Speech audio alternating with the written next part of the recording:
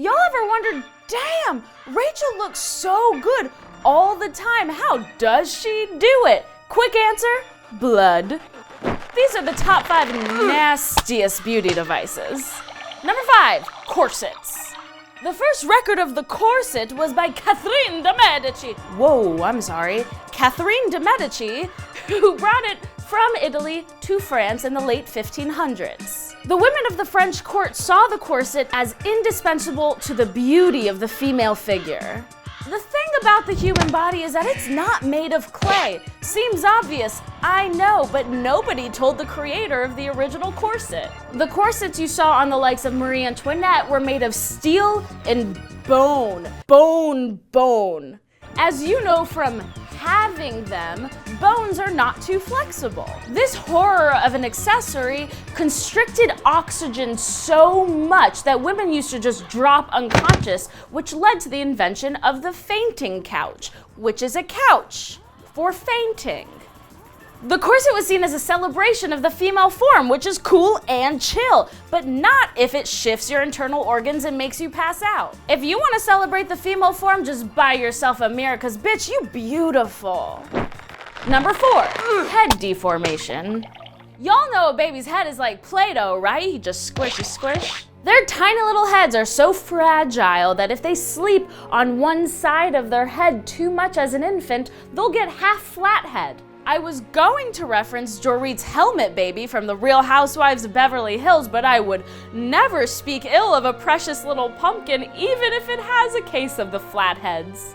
Turns out, in certain cultures, they squoosh a baby's head on purpose. In the Nahai-speaking area of the Toman Island in the southwest Malakalan, a person with an elongated head is said to be more intelligent, of higher status, and closer to the world of the spirits.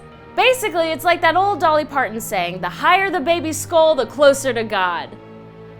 I don't think that's right. You know what, I don't think that's right? Number 3, foot binding. Well, this one's a real yucker of a time. Despite being 5'2", I refuse to wear high heels, not for any sort of political reason. I'm not gonna put my foot in a foot jail when I got these fine foot apartments to walk around in. Foot binding was said to originate in the Shang dynasty in 1100 BCE. The Shang king's part-time lady friend was said to have a clubbed foot that she was so insecure about, she made a foot binding decree so that her clubbed foot would become the new beauty standard. That would be like if I punched everybody in the eyes because I can't see for shit and I don't want to be alone in my blindness. I try every day, and there's always somebody there like, Rachel, don't punch people in the eyeballs. The overall consensus is that the appearance of the bound foot is delicate and feminine, like me.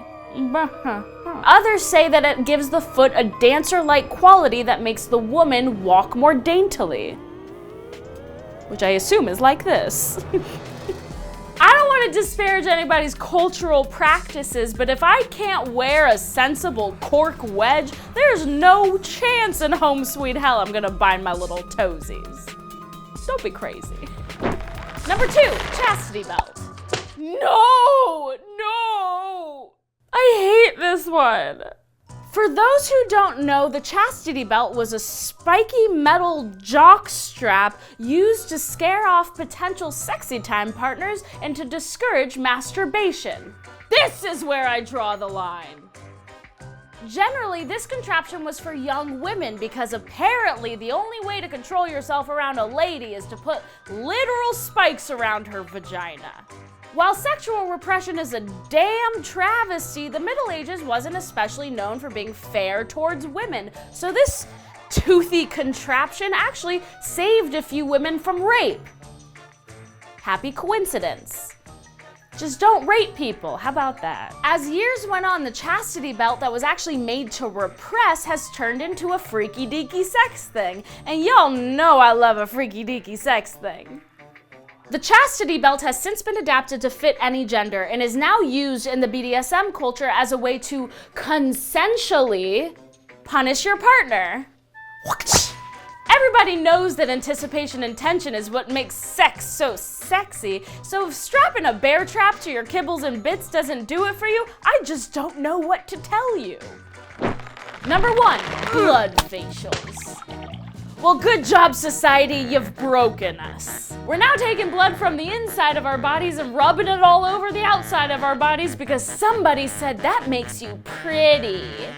This weird technique is called vampire facials, which is much too dope of a name for such a silly practice. They take the blood out of your arm or your booty or wherever there's enough red meat, and some face scientist separates the plasma from the red blood cells and then injects that plasma back into your face. Ed Gein used to cut the literal faces off of people and put them on his own face and dance around like a pretty little lady. But this photo of Kim Kardashian is too much for me to handle. I had to watch Texas Chainsaw Massacre just to calm myself down.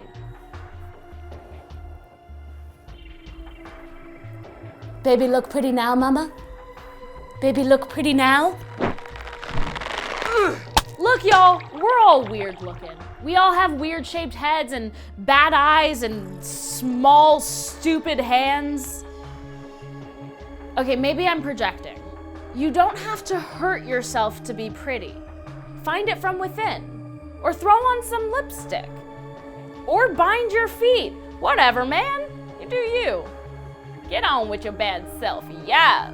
Thank y'all so much for watching this video. Please like it, subscribe to Snarled, and guess what? We have launched a style channel. If you somehow didn't get all the style tips you needed from this video, I don't know how. It was very informative. I was in a video with my dear friend Monica right there where we talk about looking witchy. Join my coven.